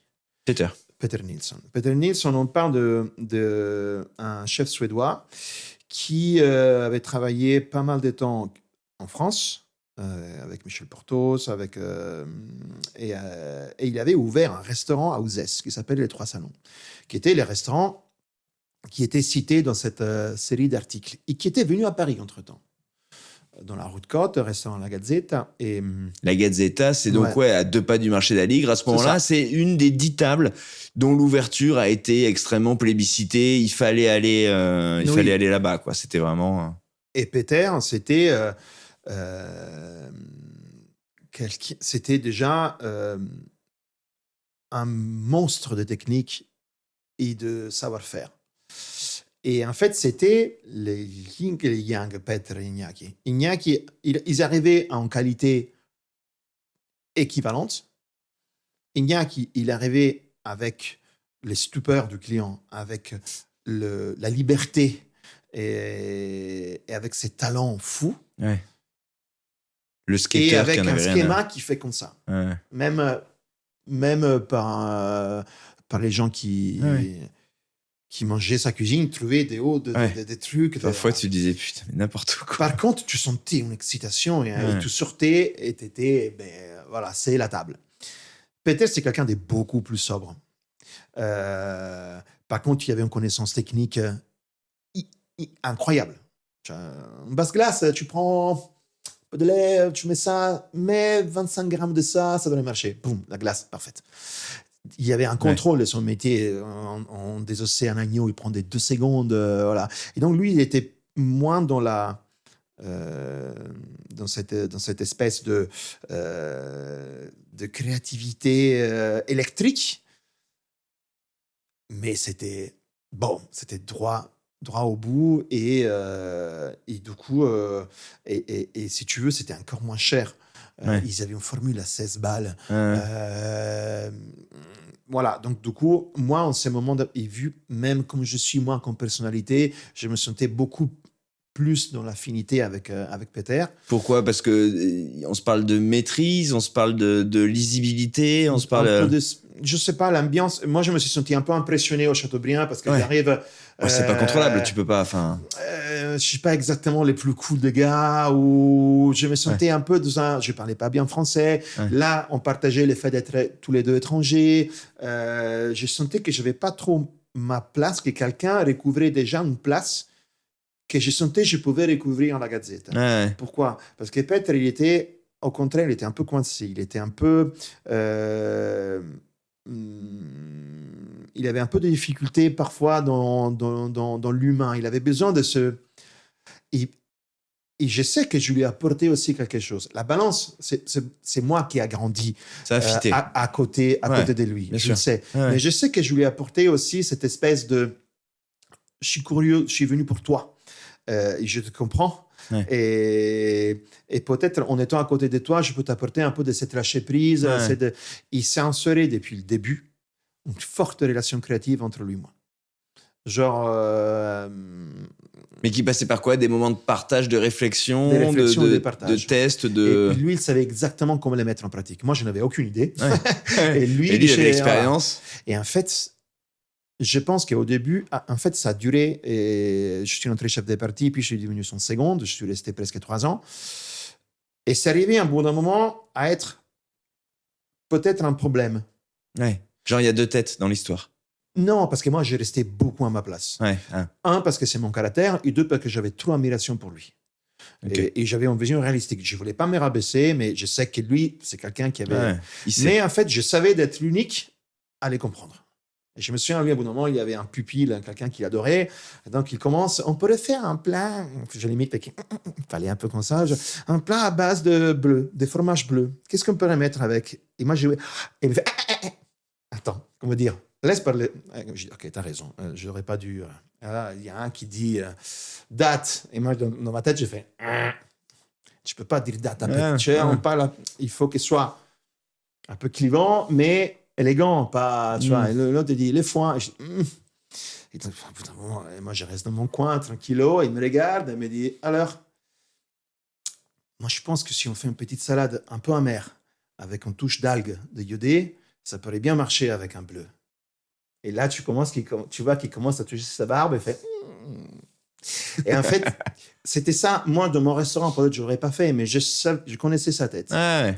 Et ça a créé. C'est un truc de devenir la main. Oui. Faut comprendre, Ouais. faut aimer. Ouais. Faut s'aimer dans ces cas-là quand même. Faut aimer l'autre, faut aimer son idée, son univers et tout. Pour moi, ça passait beaucoup pour l'admiration. Ouais. Parce que c'était quelqu'un qui il savait littéralement tout faire. Et pourquoi ça a été difficile au bout d'un moment, cette relation? Je pense que moi, je voyais les aiguilles de la montre avancer. Ouais. J'ai commencé à passer les 30 ans. Ouais. Je me disais, bon, c'est un peu à mon tour. C'est un peu le moment. Ouais. Et puis, je le vois aussi. Parfois, je retrouve cette sensation-là dans certains cuisiniers qui sont passés chez moi. Tout un tas de choses, tu les apprendras quand tu seras chez toi. Ouais, tu peux avoir un cuisinier extraordinaire qui sait très bien ce qui lui manque, mais qui est tellement focalisé dans le rêve, dans l'envie de faire des trucs, qui est difficilement te les rendra. Et puis lui, il prenait beaucoup de place, parce que Peter, c'est quelqu'un qui doit arriver les matins. Moi, j'aime bien arriver un peu à l'avance. On l'a vu ce matin. C'est vrai. Il était arrivé. J'aime bien arriver à l'avance. Ouais. Si tu me dis 9h, moi, 9h moins 5, je suis changé en cuisine. C'est ça. Bah, lui, il était là à 8h20. Et il était déjà là, tu voyais tous les fonds de cuisson. En fait, il lâche pas. Tu pars, c'est lui qui faisait les commandes. C'était par les secondes. Ouais. Et après, faire les commandes, avant de faire les commandes, il avait nettoyé la haute, debout, parce qu'il n'avait pas trop envie de sortir en salle, parce qu'il était un peu... Ouais. Non, du coup, lui, il faisait chef, sous-chef, junior sous-chef et chef de partie. Ouais. Au bout d'un moment, aussi... Mais pas parce qu'il voulait parce qu'il fallait qu'il s'occupe, parce c'est son truc, c'est sa manière. Ouais. Il n'avait pas. Et donc, du coup, un bout d'un moment, tu te sens que c'est. Ouais. Voilà. Donc, on tourne la page de la Gazzetta. Comment on quitte d'ailleurs un chef qui a marqué à ce point ce que t'étais, avec qui il y a dû avoir une relation de grande proximité? C'est jamais facile de quitter. Non, c'est jamais facile. Je pense que tout simplement, j'ai eu la sensation que les temps étaient venus. Ouais. J'ai eu peut-être la sensation que je n'avais pas envie de frotter les sentiments, parce que je sentais que ça aurait pu peut-être générer des tensions. Et les belles relations de travail, il faut les arrêter au pic. Donc, il y avait... Mais je sentais que... Je ne sais pas. Fallait y aller. Peut-être lui prenait trop de place pour moi et moi je prenais trop de place dans cette cuisine parce qu'en fait il y avait cette espèce de paradoxe que moi j'avais pas beaucoup d'années d'expérience, donc j'étais peut-être pas le meilleur à faire la mise en place, mais j'étais l'unique qui comprenait sa cuisine. Donc, du coup, ça me mettait dans une relation un peu gênante. Moi aussi, comme second, j'avais du mal parfois à me faire... surtout parce que finalement, ils avaient débarqué des cuistots suédois. Hyper balèze. Donc, du coup, moi, j'étais aussi un peu... Tu vois, j'étais quand même... Un chef, il faut qu'il fasse... Avant d'être une machine à mise en place, il lui faut quelques années. Moi, c'était... Voilà. Et du coup, voilà, c'était le moment. Et dans le schéma, moi à l'époque j'habitais à Ménilmontant. Dans le schéma entre Ménilmontant et la Gazzetta, j'ai passé toujours par la route Rousseau et j'ai regardé cette locale et j'ai dit, il me faut un endroit comme celle-là. Je mettais toujours les mains dedans comme ça et on voyait une petite courette derrière, un restaurant tout mini, un peu de verdure, tout petit. Ça, tout petit. Je dis, il me faut un endroit comme ça. Et j'ai jamais osé rentrer et demander s'il était en vente parce que ça me semble un peu en mentalité un T'osais peu pas. invasive de Ouais, je dire comprends. tu me vends ton truc. Enfin, Ouais. c'est trop personnel à resto. Ouais. Et ça se trouve que quand j'ai décidé de quitter la Gazette, j'ai commencé à avoir des affaires. Et au bout d'un moment, je vois cet endroit enfin. Je dis, merde. Si j'aurais lui demandé, peut-être. Ouais. Mais en fait, finalement, c'était bien parce que gérer un achat, c'est.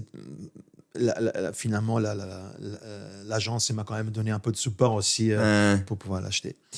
Et donc, ça s'appelait les cafés chats. Et parce que la fille qui était, elle s'appelait Charlotte. Et les trucs qui étaient assez curieux, je l'ai découvert après. C'était la nièce d'un grand chef. C'était la nièce d'Olympe Versini. Ah oui, drôle. Et du coup, il y avait. Je pense que quand je voulais parler de l'idée que je voulais faire, je pense que ça a dû aussi La toucher. Oui, a touché un peu quand même. Ouais. Encore une fois, comment on se lance dans cette aventure avec une certaine insouciance. C'est-à-dire, j'ai pas trop de sous. Mon père, la gentillesse, me prêtait un tout petit peu d'argent. Les banques me prêtent un peu d'argent. Ouais. Et puis, à travers Sven Chartier, je viens en contact avec un gars qui faisait du montage de films. De montage de la scénographie de films. Donc, du coup, on fait des travaux un peu bric-à-broc, rapido, tu vois. J'échange rien en cuisine, j'achète un Pagojet et un four ménagère. Ouais. Et on commence. Ok. Et on commence avec Simone Tondo. Donc Simone Tondo, c'est un chef que je pense que beaucoup de vous connaisseront. Actuellement, il officie chez Racine. Mm-hmm. Et je l'avais connu quand j'étais allé manger en Sardaigne dans un restaurant où il travaillait. Il avait déposé... donc, il m'avait dit, si un jour tu veux faire un truc, appelle-moi. Donc, je me suis souvenu de cet garçon un peu entrepreneur. Comment dire, entrepreneur. Ouais, comme ça, carrément. je dis, bon, tiens, je l'appelle. Il débarque et on commence cette aventure ensemble. Génial. Les premiers clients, ils rentrent. On se fait selfie. Premier client, venez, on se met un petit restaurant. Rino, on l'a pas dit. On l'a pas dit. C'est vrai. Les restaurants, c'est Rino. C'est Rino. Rino, ça vient du petit nom que Passerini, Rino, c'était les noms avec lesquels m'appellent les vieux potes. Ouais. Donc, on a des tout petits restaurants à la route Rousseau. On ouvre dans l'insouciance, comme ça. Les premiers clients rentrent, on fait la fête. Et puis, au bout d'un moment, on se rend compte qu'il y en a les foodings. Et que ces monsieur-là, on l'a rencontré après. On avait compris que c'est quelqu'un qui travaillait pour les foodings. Mais nous, on était dans l'innocence, on ne s'était pas... Et il y avait eu tout le monde. Il y a eu le fooding, il y a eu l'omnivore, il y a eu Emmanuel Robin. Il y avait eu tout le monde est venu. Et moi, peut-être, j'étais un peu naïf. Je ne m'attendais pas à tout ça. Mais en fait, c'était cette effervescence, cette faim et soif qu'ils avaient, les gens de nouveauté. Quelque part, cette nouvelle du second de Peter Nils allait ouvrir un truc.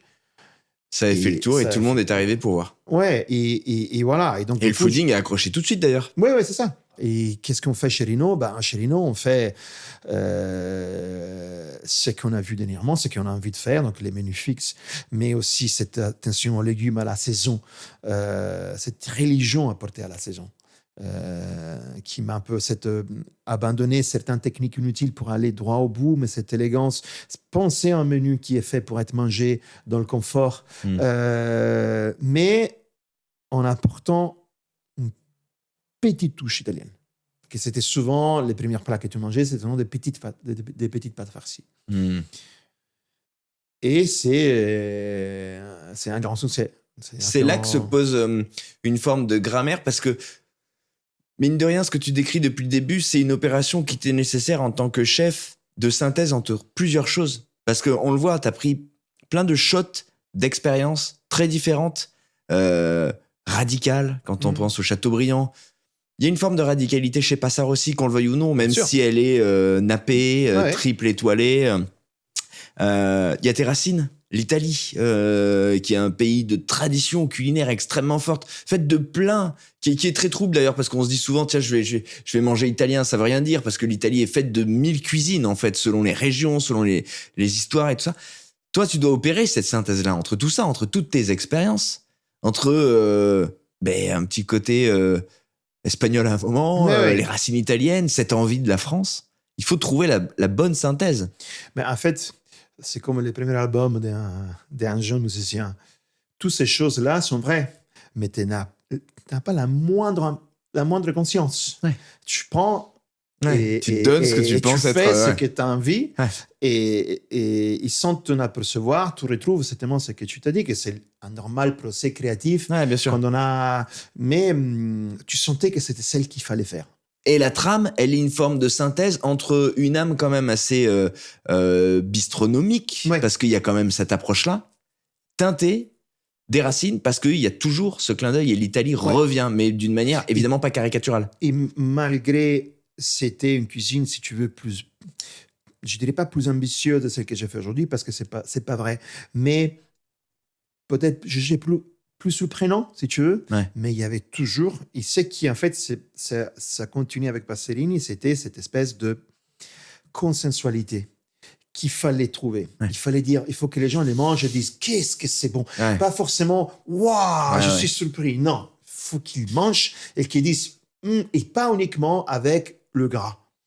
Et tu vois, et il faut qu'ils... Donc, chez Pasolini, chez Rino, il y avait toujours ces petits moments rassembleurs, très rustiques. Ouais, qui rassemblent.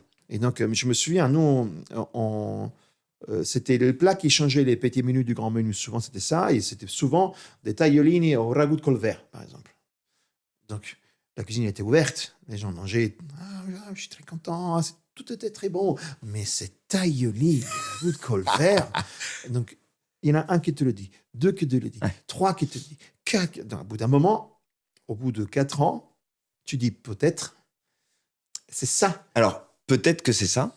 Mais il y a aussi un truc auquel je crois vraiment, moi, et que tu décris là, et qui est hyper intéressant, je pense que pour tous les chefs qui nous écoutent et les plus jeunes aussi, c'est que quand on a une forme de créativité et donc une espèce de work in progress, de recherche constant, une carte qui évolue et qui nous suit finalement à mesure que nous-mêmes, en tant que cuisiniers, en tant que créatifs, on évolue, avoir une proposition au milieu du chemin qu'on propose, un peu plus fédératrice, tu vois, pas excluante, parce qu'en fait le risque d'être trop fooding, d'être trop radical, d'être trop, c'est d'exclure les gens et de finir par faire une cuisine qui ne raconte plus, qui ne dit pas venez, ok, on va faire un truc plus simple, des marqueurs, plus voilà, parce que on a besoin sur le chemin du menu d'avoir un petit temps où on n'oublie pas cette simplicité. Tu parles de rusticité.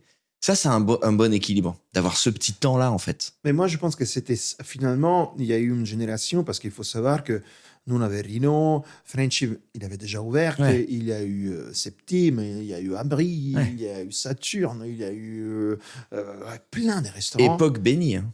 Voilà. Folle. Et donc, du coup, à bout d'un moment, s'il y en a beaucoup qui sont passés par Passard, ou qui sont passés par des chefs qui sont passés par Passard, si tous on respecte la saison, si tous on a à peu près les mêmes fournisseurs, à bout d'un moment, il y a eu un besoin de se différencier. Bien sûr, Et donc, du coup, pour moi, les racines italiennes, c'était... Mais c'est quoi, vraiment, l'essence d'une racine italienne? C'est pas tellement faire des pâtes. C'est cette façon que cette identité vraiment très directe et parfois très rustique, cette ça passe par quoi? Terre à terre. Je ne sais pas dire, c'est un peu immatériel, mais cette générosité de se dire, je mets mon ego de côté parce que mon ego, je le trouve autrement. Je le trouve dans ton vrai plaisir. Tu vois, pas dans les compliments que tu me donnes parce que je t'ai surpris.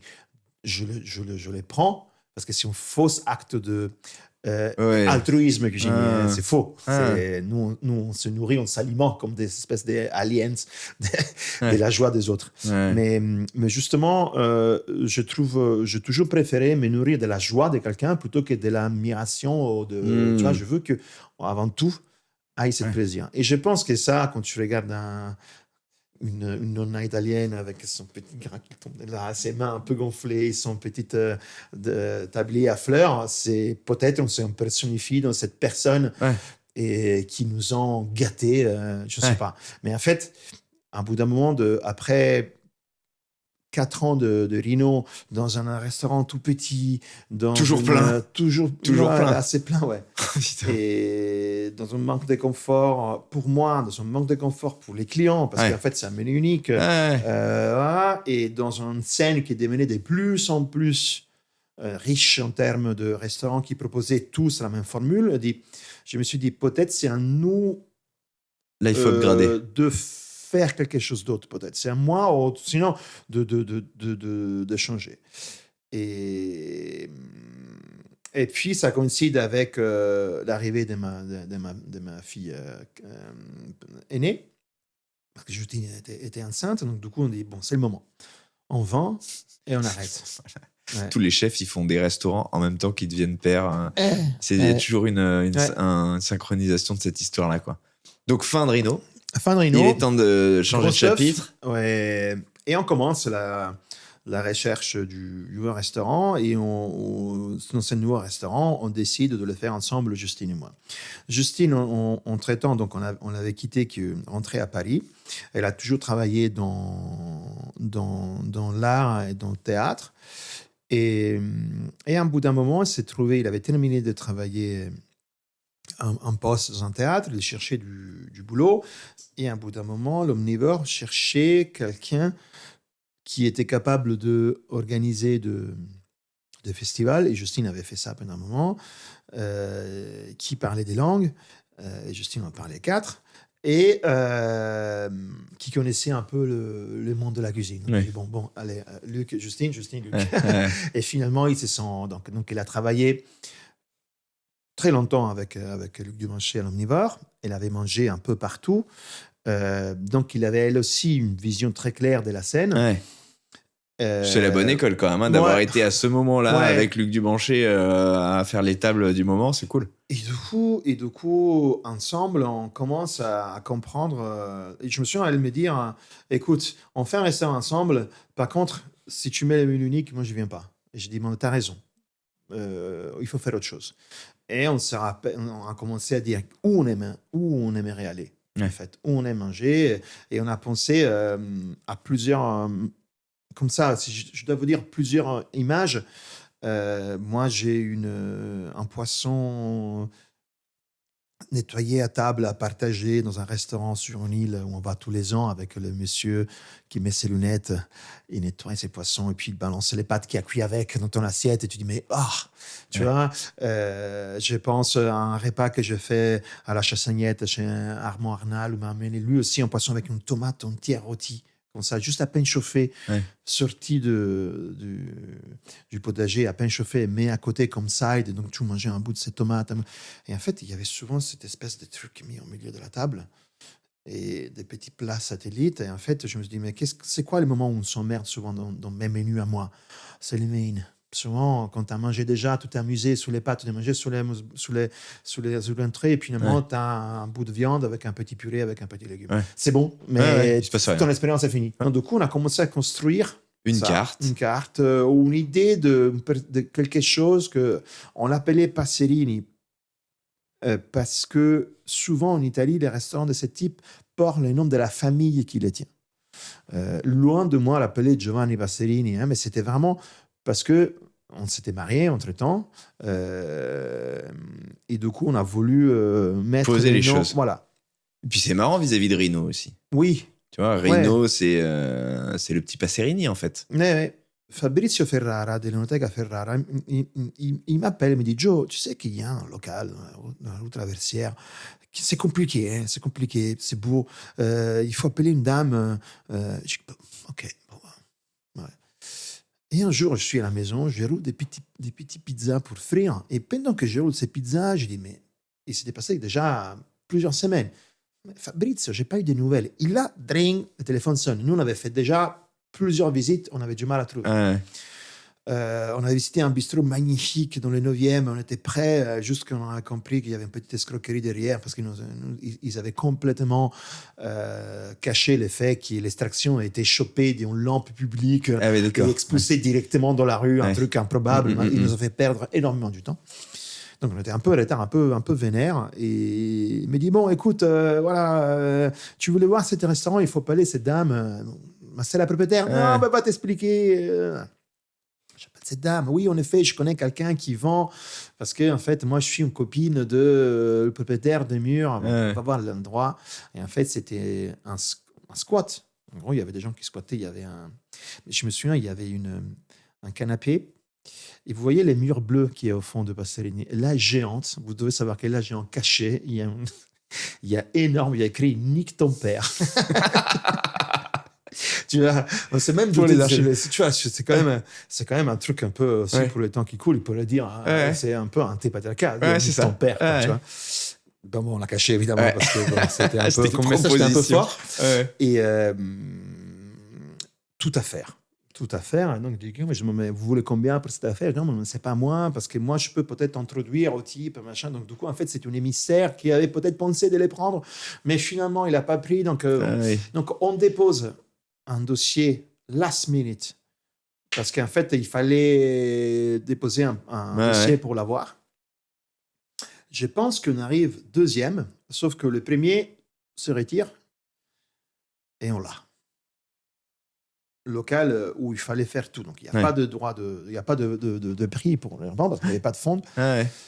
Mais et là, ça rentre le premier moment, un moment un peu long, en vérité, où il y a cette joie, cette plaisir, c'est un peu disparu. Parce que les chantiers, c'était une galère.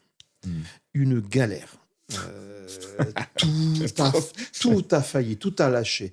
Les sols a gonflé plusieurs fois, on a dû le refaire. La façade, les mecs qui nous plantent 80 mètres carrés, qui est dingue. 80 mètres linéaires de façade à refaire. Imagine combien ça coûte les vitres et le fer posé, à changer, à refaire, la clim, à refaire, la cuisine. Au bout de 2 ans, il a explosé, a refait. Tout a failli. Donc, entre les chantiers qui étaient compliqués parce qu'il y avait des grosses portions de murs porteurs qui faisaient au moins 1 mètre de largeur, à être explosé avec un bureau de contrôle, un bureau d'études et un bureau de contrôle qui contrôlait ce qui faisait les bureaux d'études, qui contrôlait l'archi. C'était heureusement, on a pu le faire parce que les propriétaires de l'immeuble, c'était un seul. Donc, du coup, voilà. Au moins, ça, il n'y avait pas de... Mais c'était une galère. Et c'était une galère. Et j'avoue aussi, l'ouverture a très bien marché, les business a très bien marché. Mais ça a été un petit événement quand même. Ouais, mais quand même, les premières 2 ans, c'en était dur. Un peu, il n'y avait pas beaucoup de joie. On ne trouvait pas notre chemin, on ne trouvait pas notre identité vraiment. Les gens, ils étaient contents, le business allait bien. Donc, c'était pas comparé au chantier. C'était... Mais voilà, ça nous a pris au moins 2 ans. Ça prend du temps. Ça prend du temps. Est-ce que tu penses que les gens, le public, la critique peut-être, a regretté? Parce que parfois, c'est un peu comme quand tu as vu un chanteur dans une petite salle, toi où tu étais 30. C'est imparfait, mais en même temps, il y a une âme, il y a un truc, c'est un peu fou. Et après, d'un coup, le mec, il a percé, il a fait 3-4 albums et c'est Bercy. Et c'est moins sexy. Est-ce qu'il y avait un peu de ça? Est-ce que tu penses qu'il n'y a pas un peu de ça? Je pense qu'il n'y a pas eu ça. J'explique pourquoi. Parce qu'en fait, ce qui m'a tenu chez Rhino, c'était la contrainte. J'avais 4 feux.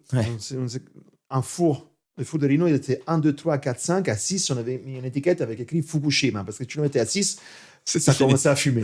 Donc, du coup, ma contrainte était technique et spatiale, si tu veux. Ah, mais ça crée une énergie dingue, ça, moi, je trouve, à chaque fois. Et donc, chez Pastorini, j'avais tout. J'avais les monts de charge, la chambre froide, les balbocs, la plancha, induction, machin. Mais, par exemple, je mettais des contraintes en mettant des défis impossibles. C'est-à-dire, tu viens chez nous, tu manges les fameux homards en 2 services. OK. Un homard en 2 services, s'il vous plaît. Moi, je sens, je te montre Fred, ton homard. Voilà, c'est un homard vivant. Il vient en cuisine, on fait la bisque à la minute. On nettoie et il se mettait ce genre de contraintes-là. Genre, tu vois, la cuisine exprès, minute. Voilà, donc c'était une folie. Aujourd'hui, je me prévois un peu en avance. Oui, bien sûr. J'ai gagné un peu en sagesse. Oui, en sagesse. Mais l'instant de se mettre totalement dans la difficulté, ça répond à une vraie nécessité de trouver, pour moi, la forme plus noble de générosité vers les clients. Que ce n'est pas forcément une question de prix ou de quantité. C'est une question d'effort. Moi, je pourrais faire beaucoup plus d'argent en faisant une cuisine beaucoup moins généreuse mais beaucoup plus copieuse, si tu veux. Ouais. Je ne le fais pas parce que pour moi, la formule ultime de générosité, c'est dire je te ferme mes couleurs jaunes un par un, qui en coup de matière, ne coûte pas très cher, mais en fait, moi, c'est l'unique à savoir faire moi, ce j'y ai putain de passé 2 forme. heures. Ouais. Et à la place de te faire une rillette, je te fais ça. Ouais. Je te la mets dans un truc que tu peut-être t'as pas goûté, qui est même en Italie, tu as du mal à trouver.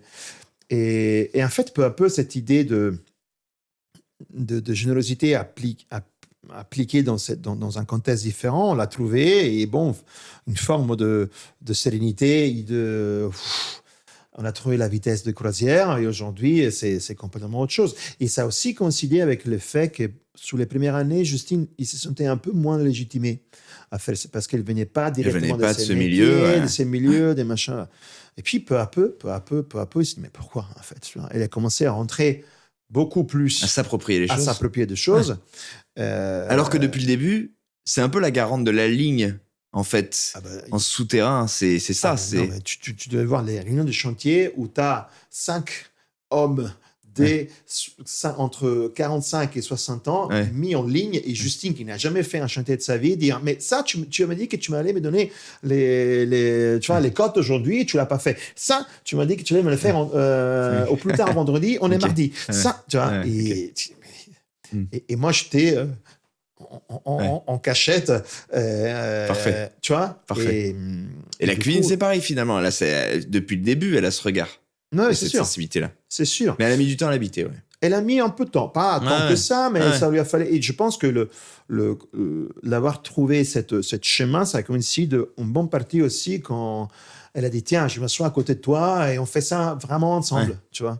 Et du coup, et c'est à ce moment-là qu'on a commencé à avoir plus de stabilité dans l'équipe, avoir plus, tu vois. Donc c'est pas. Ça prend du temps d'habiter son nom finalement, son endroit, sa cuisine. Mais tu l'as dit bien, parce qu'en fait aussi, à un bout d'un moment, il s'est questionné les noms. Mais oui. Elle s'appelle Passerini, elle s'appelle pas Passerini au début. Donc aussi ça a pris un peu de temps à l'habiter. Et une fois qu'il y a des ça a une importance, ça a une vraie importance.